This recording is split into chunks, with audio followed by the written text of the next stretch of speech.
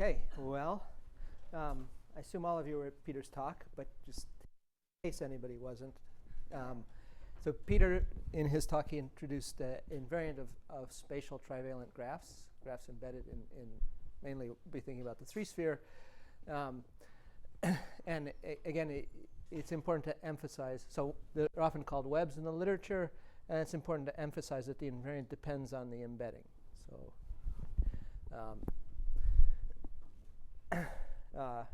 and it's an Instanton floor homology called J sharp of K. It's a Z2 vector space. When the graph is bridgeless, then the rank is non-zero. And the conjecture is that the rank actually, for a planar graph, it counts the number of Tait colorings. So what the purpose of my talk is to explain that J sharp actually has a lot of structure, and that there's a lot of interesting stuff that you can think about as far as this is concerned. It's not simply a kind of inert invariant of spatial graphs. It's a functor from a kind of cobordism category where the objects. I hate that language, but I'm sorry. Sometimes you have to speak it. Sorry.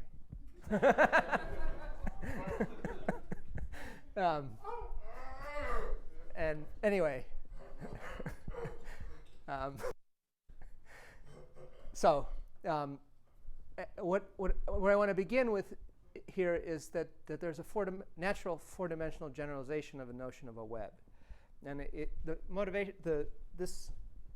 there's actually already a literature for this four-dimensional generalization. They're called foams. I've mentioned a few people. Here's a picture of what a foam looks like from one of the exponents of this theory. It's a certain kind of 2 complex, which is allowed to have a very specific kind of singularities. So here, there's one 2-dimensional sheet this way. And these are supposed to live in 4 space. Yes. They happen to be projected, sadly, into 3 space. Poor guys.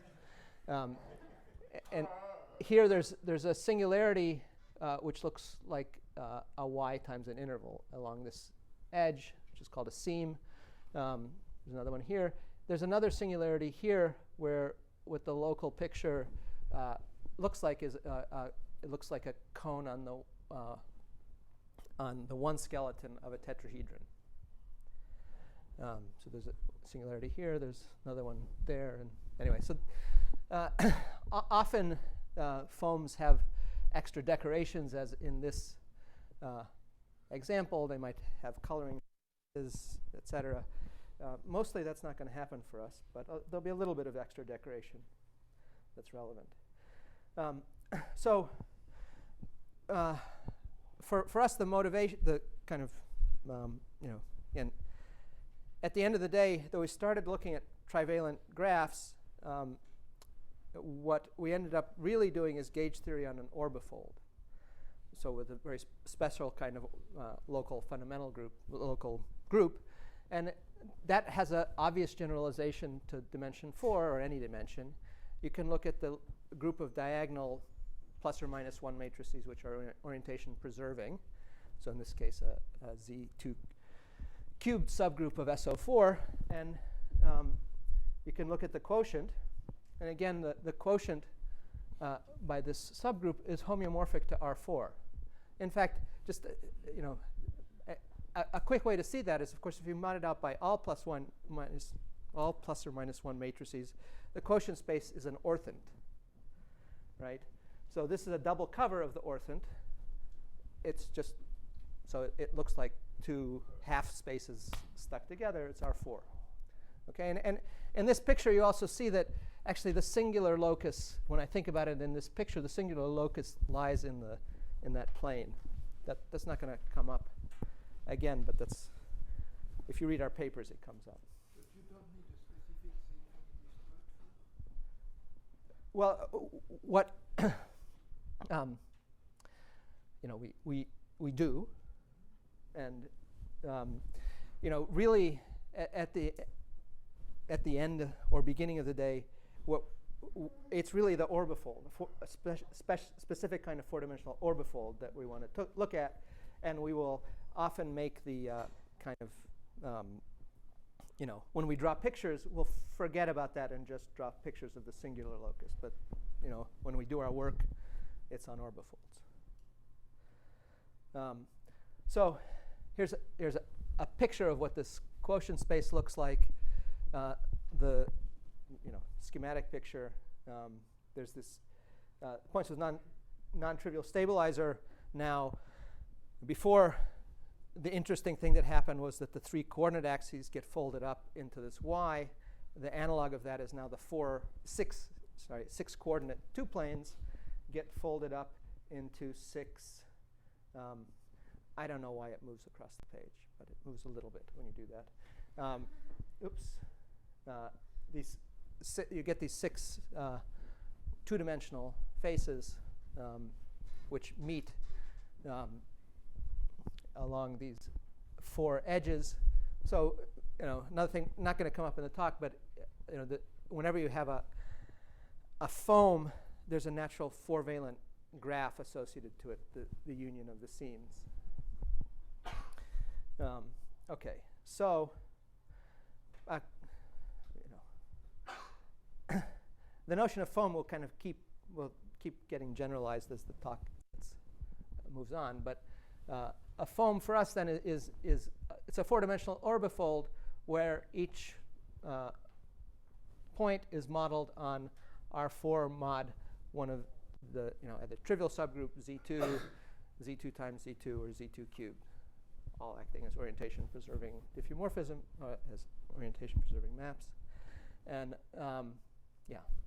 so that's what a foam is, and we'll often draw the foam by indicating the singular locus, which is a specific kind of two complex.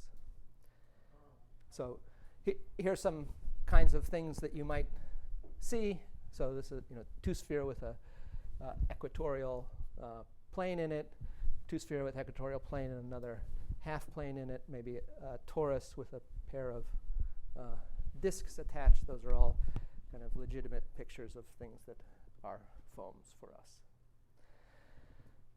It's important to notice that our foams can be non-orientable. And important family of examples starts with the, I think every talk that Peter and I have given in the past, I don't know, 4 or 5 years, talks about these RP2s. There are two beautiful RP2s in S4. And if one way to see one of them is, we think, you can think of, it turns out, as the four sphere as the quotient of CP2 by conjugation. Well, since we're thinking about it as an orbifold, though, it's really even better. The quotient really is now a global orbifold. The fixed point set is an RP2, and and its image is also an RP2 in S4. We'll call that RP2 R minus. We call it R minus because its self-intersection number. So its self-intersection number is -2. So even non-orientable surfaces, even non-homologous ones, can have a non-trivial self-intersection. Null homologous ones can have a non-trivial self-intersection number. That anyway, the self-intersection of this guy is -2, twice the Euler characteristic. The self-intersection number of RP2 and CP2 is -1. It's Lagrangian, and its self-intersection number in the quotient is twice as big. Switching orientations gives somebody. This guy plays a role, but the guy in the orientation reversed situation plays a more important role. So it's just called R. It has self-intersection number +2 because all we did was change the orientation of the ambient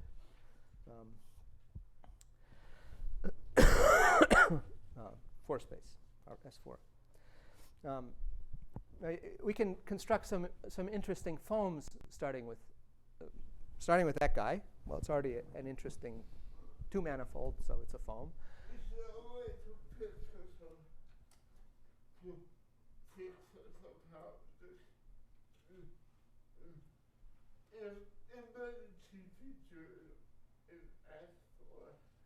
The CP2 is the quotient of S4 by conjugation. S4 is the quotient. Sorry, did I say that? I said it backwards. Sorry.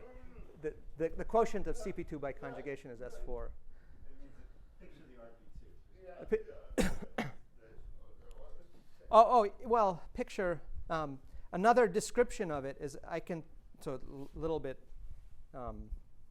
another description of RP2.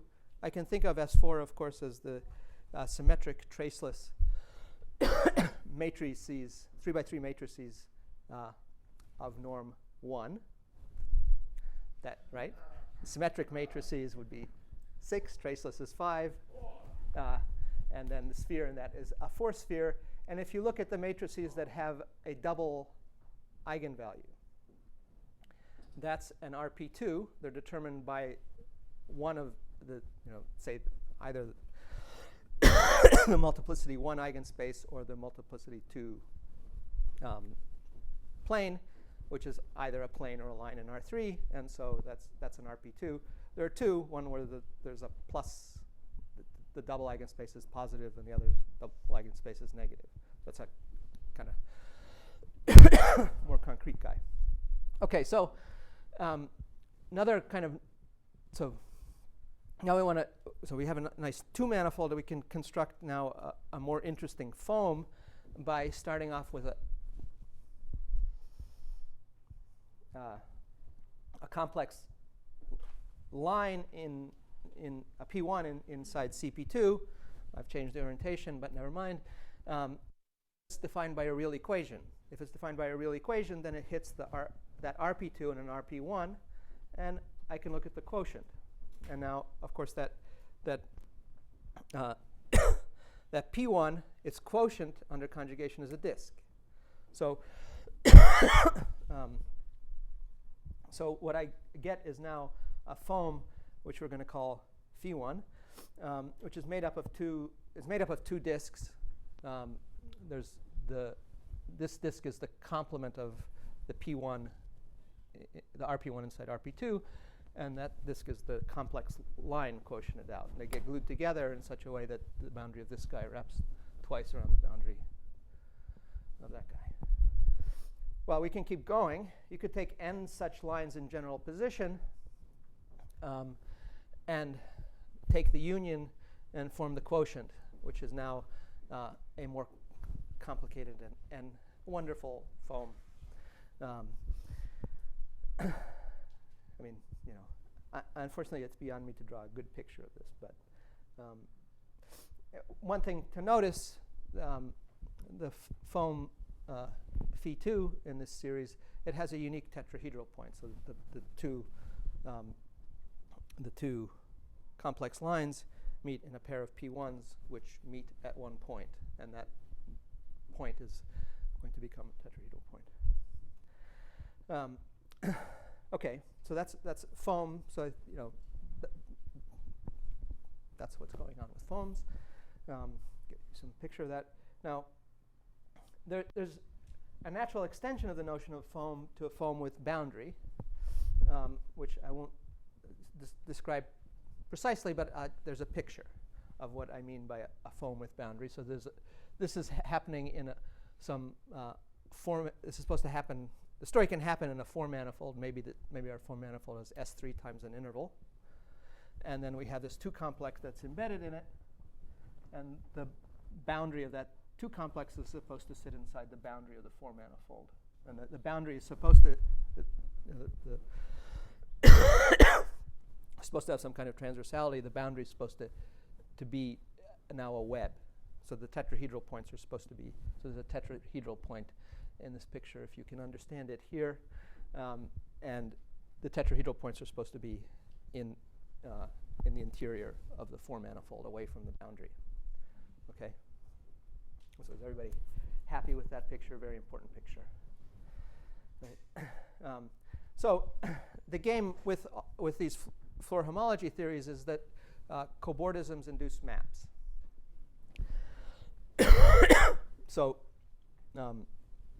this foam with boundary, it has boundary a couple of webs, and then I won't again, in the official construction, there's some extra stuff going on with a sort of a base point. But in any case, whenever you have such a cobordism, there's this foam induces a map between these guys. So that starts to give these vector spaces more structure.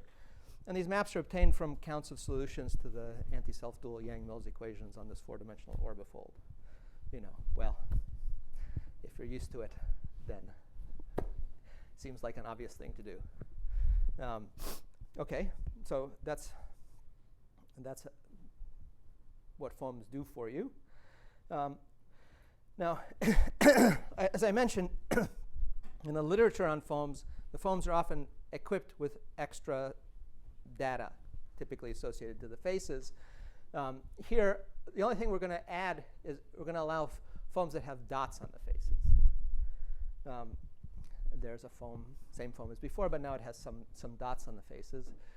And it turns out that that foams with dots also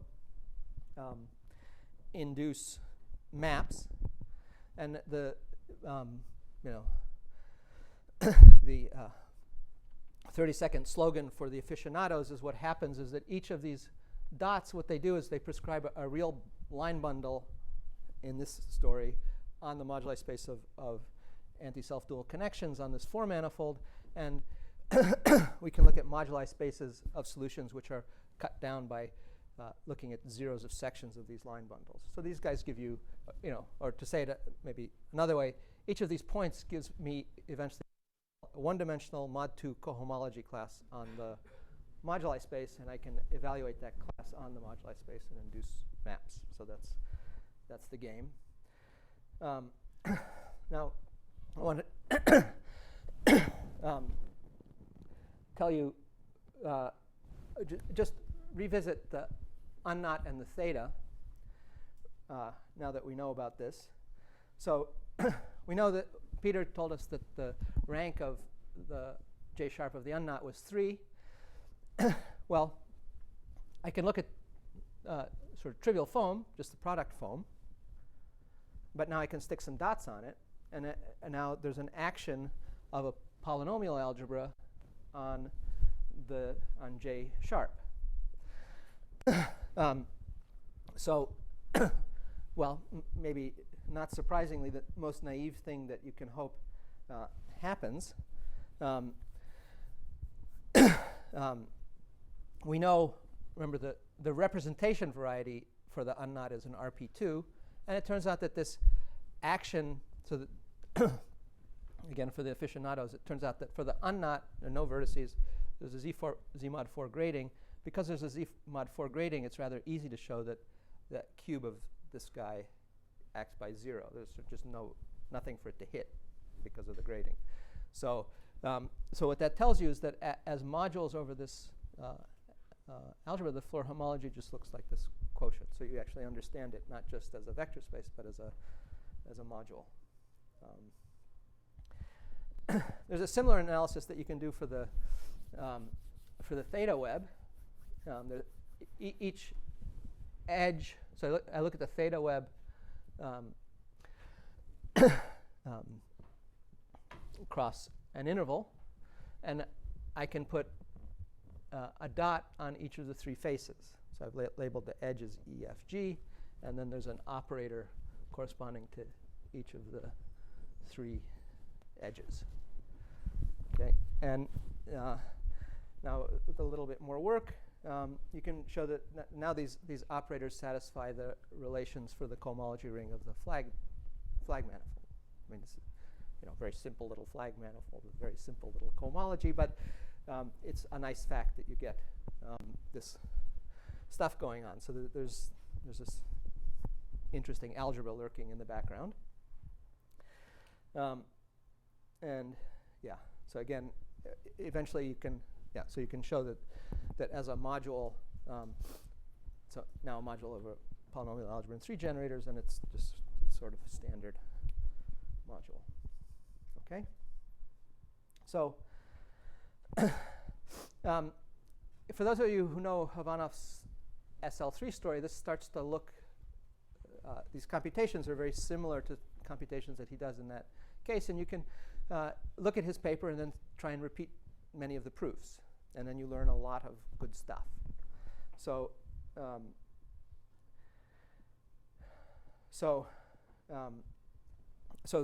I mentioned those three computations because those two computations because they figure in to giving proofs that you can simplify foams by certain sets of rules. So simplify meaning that you can say if you have one foam induces a certain map, you'd like to possibly simplify the foam and understand what the resulting map is.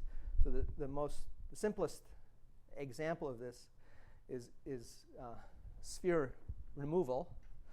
So here, what the picture is meant to indicate, so I have this foam with some dots. There's an extra disjoint two-sphere, which is supposed to be just a standard two-sphere that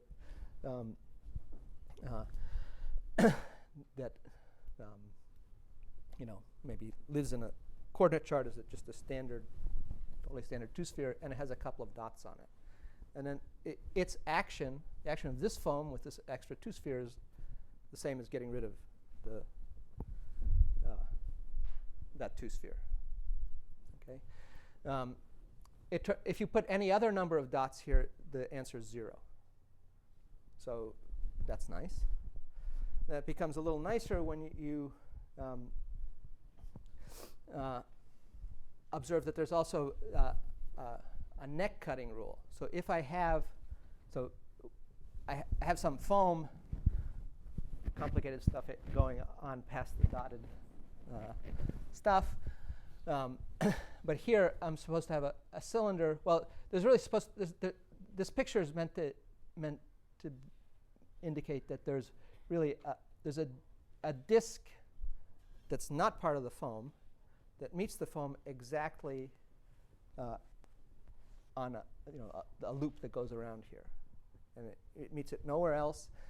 So this is a sort of a situation where geometrically you could take the foam and do internal surgery to get rid of that kind of handle. And in that case, this thing is a sum.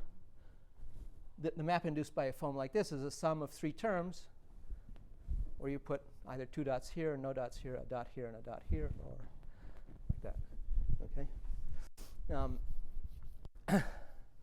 Yeah.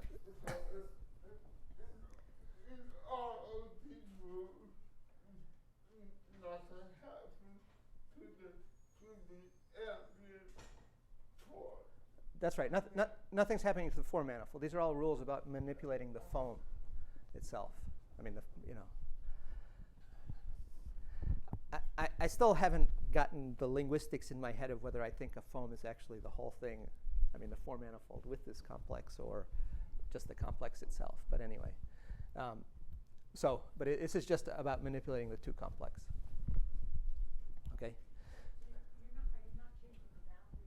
Yeah, not change. So what's going on here is the same, and yeah, you're not changing the boundary. And the picture, the picture is supposed to be the picture that although it's in 4 space, you should think of it that there's this bit that's actually happening in 3 space.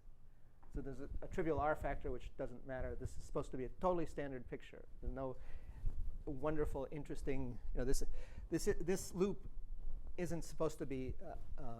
Well, it wouldn't be knotted anyway. But It's not happening in a piece of the hyperplane. Yeah.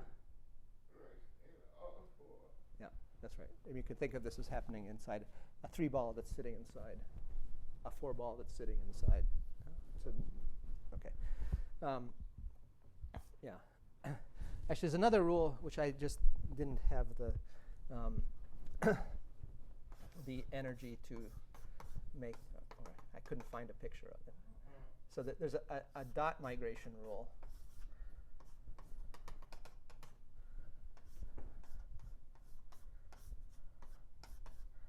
Which says that that if I have a dot here and a dot here, so there's a dot on this face, a dot on this face, or a dot on this face, that these add up to 0. I mean, just like we already sort of saw that. In fact, the proof is that happened the proof of this in general is that it already happened for the theta graph. That was one of the rules. So, I'm not going to. Once you have those two computations, these are relatively straightforward things. There's some other things. I think I have some other things I didn't draw, but there's another important thing to know. I should have had a picture of this.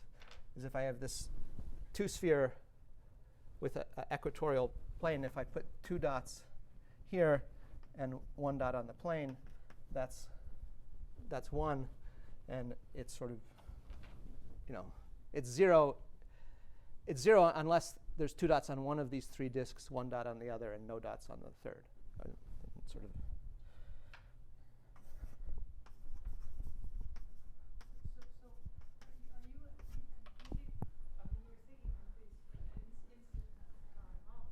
Yeah.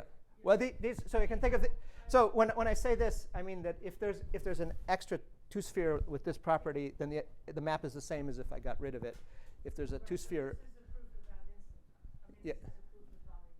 Yeah, it involves instantons. Well, so what I could. No, I mean the thing is that what I gave you a clue here. And the fact that this guy has a Z-mod 4 grading, I mean, this guy, the representation value is RP2, so the rank is going to be at most 3. They all live in different degrees because there's a mod 4 grading. So I've sort of computed it for you. It's rank 3. The action of this thing, well, I have to do a little bit of work, but the cube of this guy, it can't do anything else but be 0. It's interesting that any of the earlier guys is non-zero, but that's sort of not so hard once you, get going. So, so to say, although there are, these scary instantons, not scary to you, scary to others, instantons, lurking, it turns out that just getting this, and then this computation, well, we need the previous computation, but you can figure out this guy. Once you know those two computations, you just start reading Hovanov's paper, and it just it's just formal once you know that. So these computations are. Yeah. So the manipulation instantons go here, and this somehow there's just things are set up just nicely enough so that the instantons don't cause complications, right? Which sometimes they try to do that. Yeah. Right. But life is good so far. Okay, so this neck cutting. Another nice rule is that there's this that you can pair up tetrahedral points. So if you see a pair of tetrahedral points, well, they're always. We already saw a foam that had only one tetrahedral point. But if you start off at a tetrahedral point and don't end up running back to itself, but to a different tetrahedral point, then you can just get rid of it, as this picture indicates. You get the same map. Okay, so that yeah. So that again is essentially comes from the computation from the theta graph. Right. Now, so those were rules. Up to this point, I was talking about simplifying. And sometimes you could think of these as rules of simplifying foams. I mean, I have some foam. It has some faces which have some genus. I can.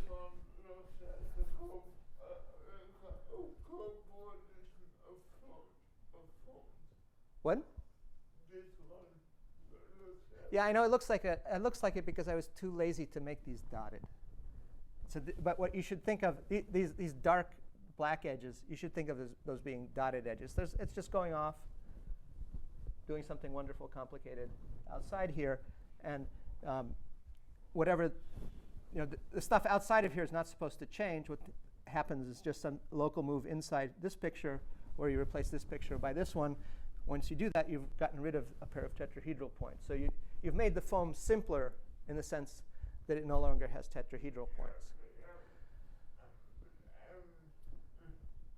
Saying it looks like there's a cobordism between these two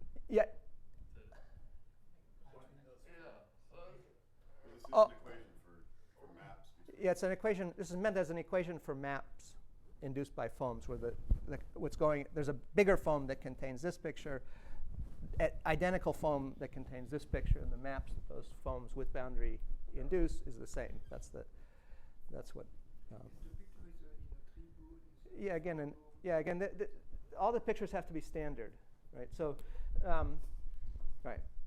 So now, from these rules about simplifying foams, you can get some nice rules for starting to compute J sharp. Oops, it's supposed to be a sharp here. Sorry, that's J sharp. The first of those rules is the Bygone relation. So I have a web which has a bygone. That's a bygone sitting inside of it. And the observation is that this web, its J sharp is the direct sum of just two copies, as if the train just went straight on through. Okay? And that's actually a simple version. There's another neck cutting, which I didn't, which follows from what I already said. But if I have a neck like this, it's equal to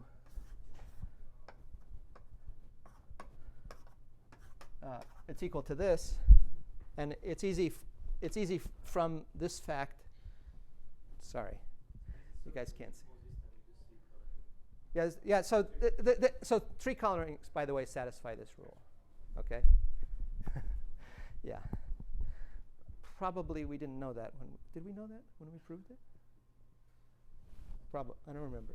Anyway. Okay, great. There's a triangle relation. J of these guys is the same.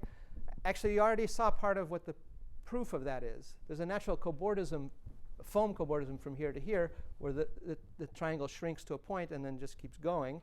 The picture I showed you just said that if I compose that with its reverse, I get the identity. So that's starting down the proof that this is an isomorphism. Okay. Okay. The most wonderful one is the square relation. And so if I have a square in my web, then its homology is a direct sum of the J of these two guys. So these are, again, all properties that if I look at the resulting equality of ranks, they're all properties that three colorings of graphs have.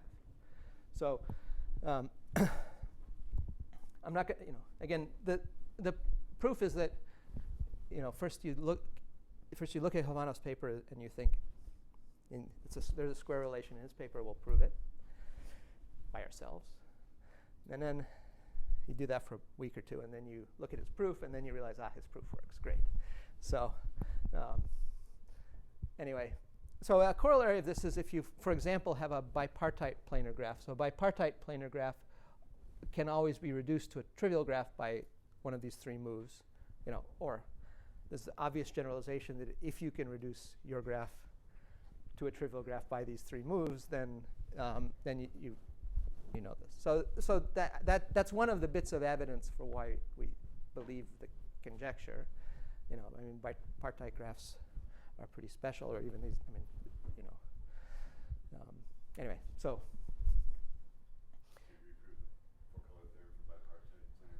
Yes. Yeah. Oh well. Anyway, there's. I'm going to digress in a slightly vague way to a kind of combinatorial analog, which seems interesting to study further.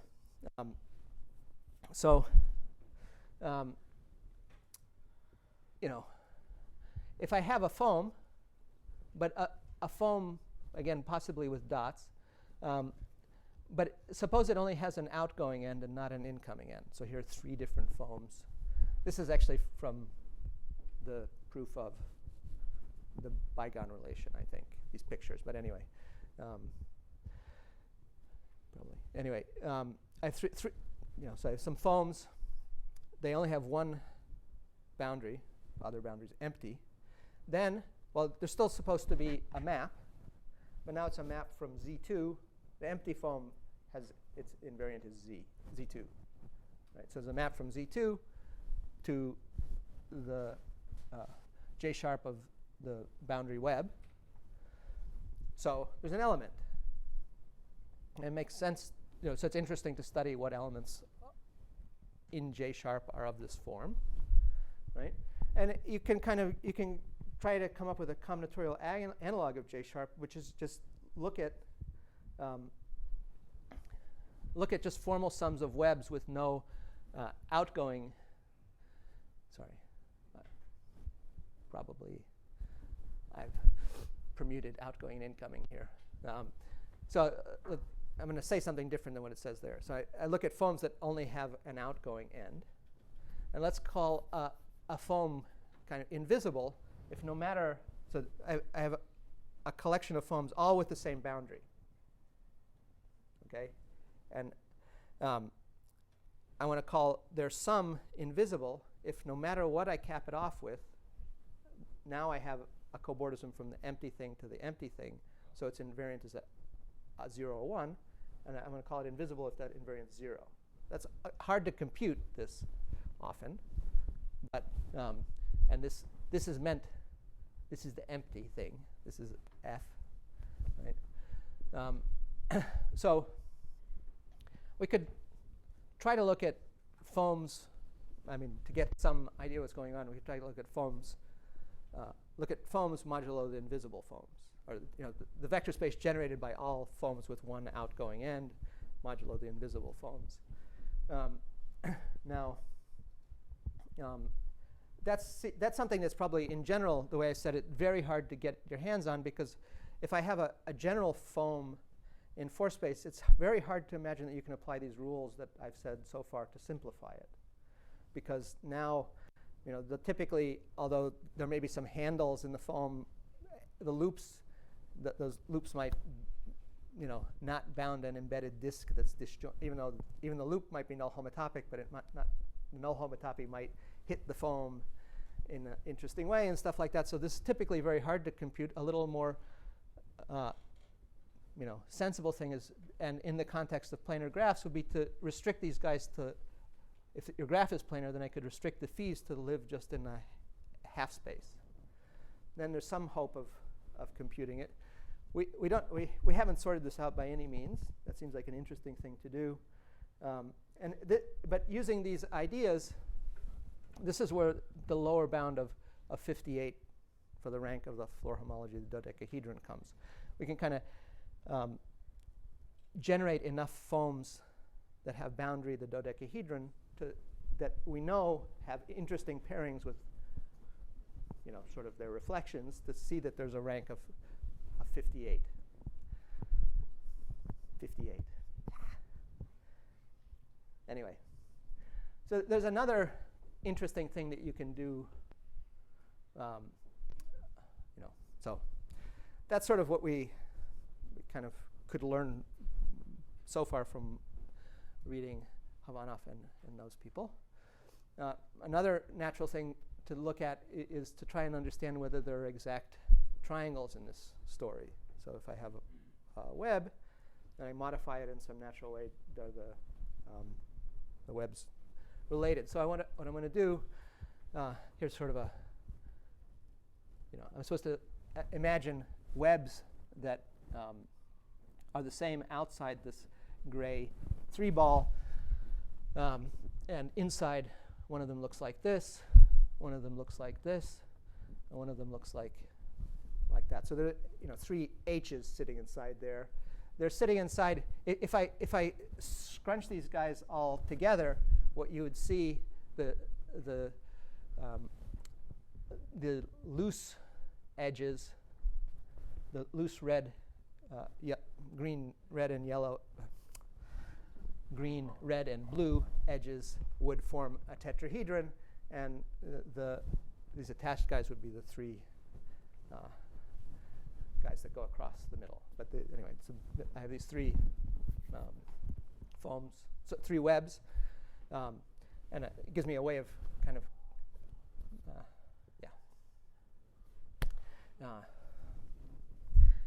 if I start off with this guy, maybe I can construct another couple of webs and try and understand what's the relationship between the Floor homology, between the J sharp of these three guys.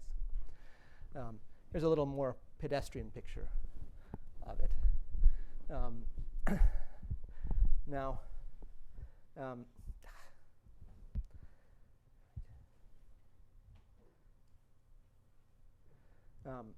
so here, I took the red and the blue guys from before. I put them on the same, imagine them sitting inside the same 3-ball. They used to have an arc that went straight across, a red arc here and a blue arc here. What I've done is push the blue arc up and the red arc down just so I could fit, because I'm drawing it in the 3-ball and it's supposed to happen actually in 4 space.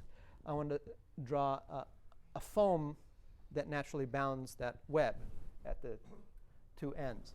So the foam is this kind of, there's this hyperboloid sitting in here, and there's 2 half disks which are meeting at a tetrahedral point in the middle there. So you're supposed to think of maybe the blue bit as being incoming, the red bit as being outgoing, and this surface actually gets stretched out into 4 space. The yellow stuff lives in 4 space. It doesn't meet the boundary. Okay, so that that's the incoming end. That's the outgoing end. So yeah. So right. So that was meant to show you that there's a natural cobordism between actually any 2 of these 3 guys. The cobordisms induce maps. That's what the foam cobordism induce maps in this Floor homology. And it turns out that if I had these 3 guys, that these 3 guys fit together into a long exact sequence. So that gives you now a nice computational tool. I mean, it's not at all an all-powerful tool, but it's a great place to start. Why? Actually, that's because the double composite. That's why I mentioned those foams before, the fees. So let's see. Yeah. And the proof of the exact triangle, one encounters some of the non-orientable foam fees from before. The 68 is geometric. There's something interesting to be said about 68 in a minute, but it'll be a minute.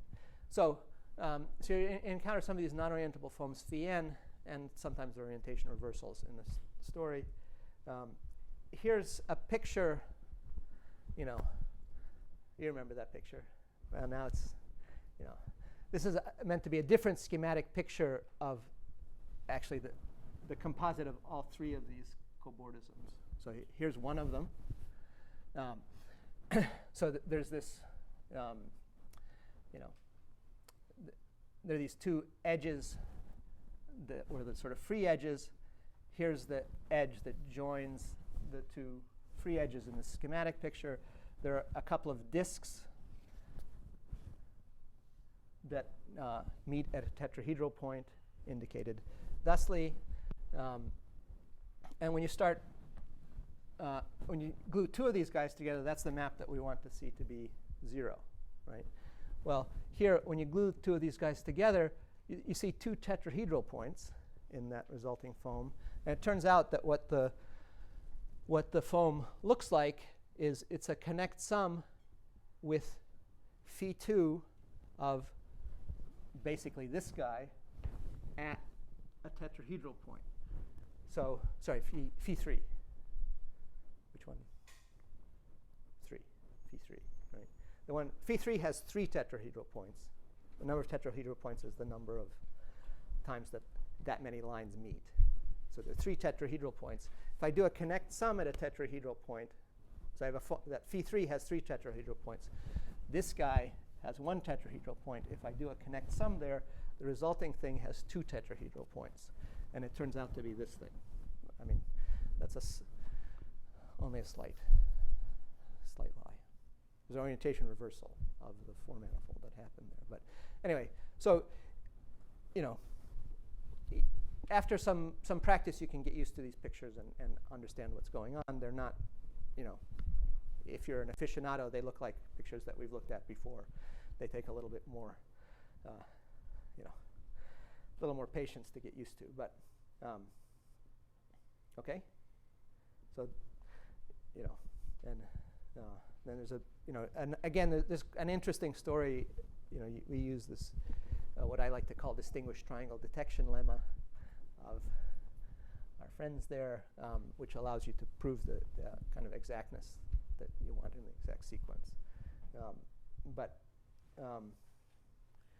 So the next thing I want to say is that they're actually,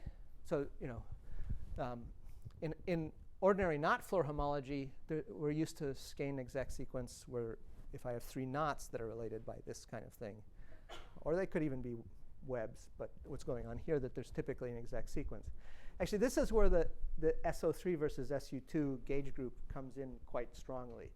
There's no longer an exact sequence that involves these 3. And if you think about it, if these guys were knots, one of these would have a different number of components than the others. And that's telling you that the SO3 gauge group is kind of a different animal. Something else is going on. What happens in this story is that there are exact triangles that involve these guys, but they also involve the L's. And the game is that well, I already had, there's an exact triangle involving all 3 L's, and now you can replace 2 of those L's by K's. So there has to be an odd number of bars in amongst the 3 guys. So that there's, you get. What was an L? L was the same, except that there's a bar. Exactly the same pictures, except that there are bars there. So yeah. These are the ones that don't get drunk, and the other ones, well, they went to the bar, right? Okay, sorry.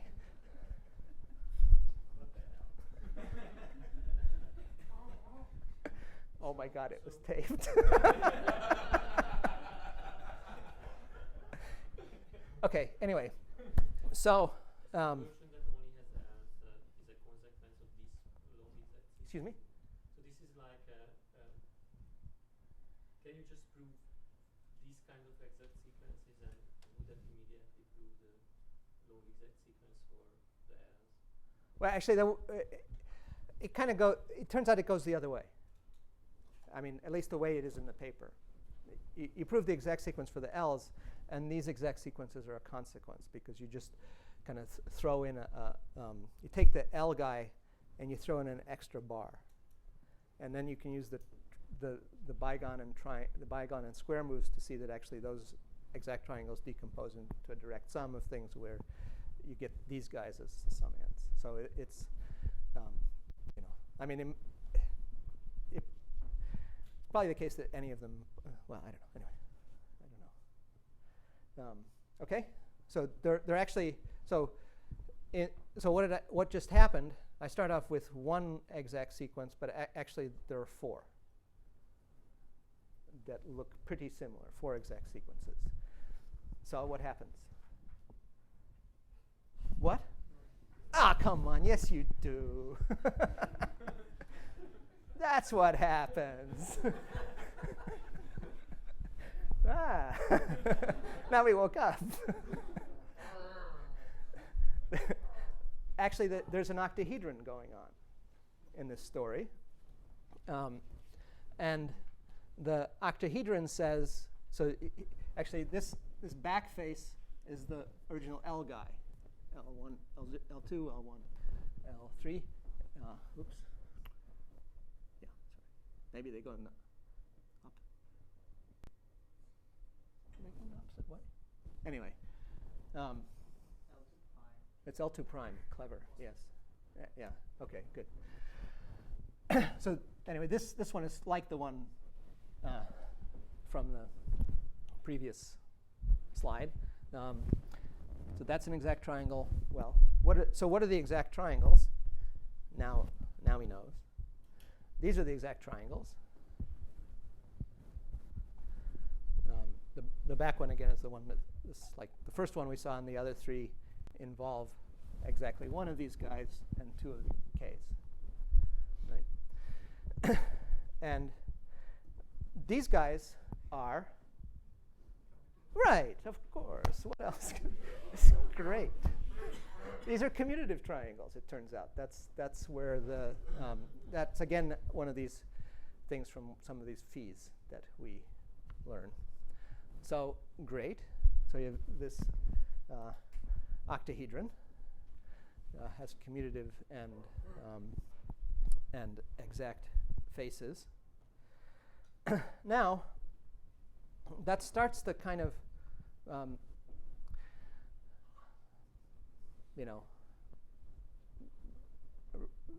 resonate with a very one of Tait's characterizations of the number of Tait colorings.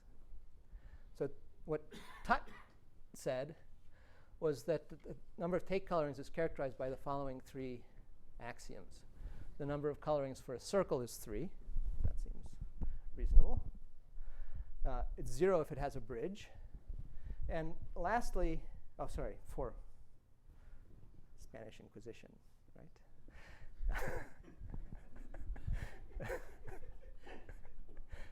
It's multiplicative for disjoint unions, and it satisfies the Tait relation. The Tait relation says that if I have these 4 guys, that their kind of alternating sum in this order is supposed to be 0. Okay, so it turns out that this is, if you're an aficionado of colorings, you know that a different characterization involves what's called the Pentagon Relation. I'm not going to explain what that is. It's essentially equivalent, but this is sort of more compact. This is somehow the most compact set of axioms that it satisfies. Okay, great. So what are these 4 webs as far as our we have to make this conjecture then. If these are 3 planar webs, these are 4 planar webs differing only as before, then the claim is that same thing holds. Yeah, that's equivalent to the previous conjecture, thanks to Tait. Now the 4 webs that appear here, they're this square inside the octahedron. Okay, and we can prove a few things about that square itself. So square, rectangle. So one nice thing about this square is that the composite of any 2 of these maps is 0.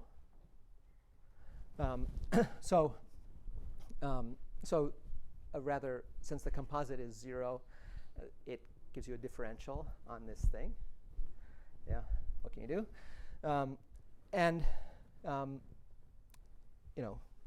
So there's a kind of a homology group. Actually, the homology group, by the way, is equal to the rank of the map that goes from top to bottom. It turns out that's a formal consequence of the picture, and because the map that goes to top to bottom here and top to bottom there is actually induced by the same cobordism, it tells you that the ranks, that the dimension of the homology groups here and here are the same, and the dimensions here and here are the same. What? Well, you'd like to prove that said in now a very fancy way, the Euler characteristic is 0. This is a mod 4 graded thing, so I can take the alternating sum, which is now an Euler characteristic. That should be 0. You could hope to prove something stronger, which is that the homology is 0. Right? That would be nice. That, however, is there anything else I want to say? No.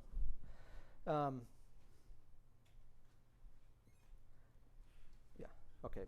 Just again, the homology groups here and here are the same as the homology groups there and there. These are equal and these are equal. So you want to prove that either of them is. So, You want to prove this for planar graphs? yeah, for planar graphs, that's right.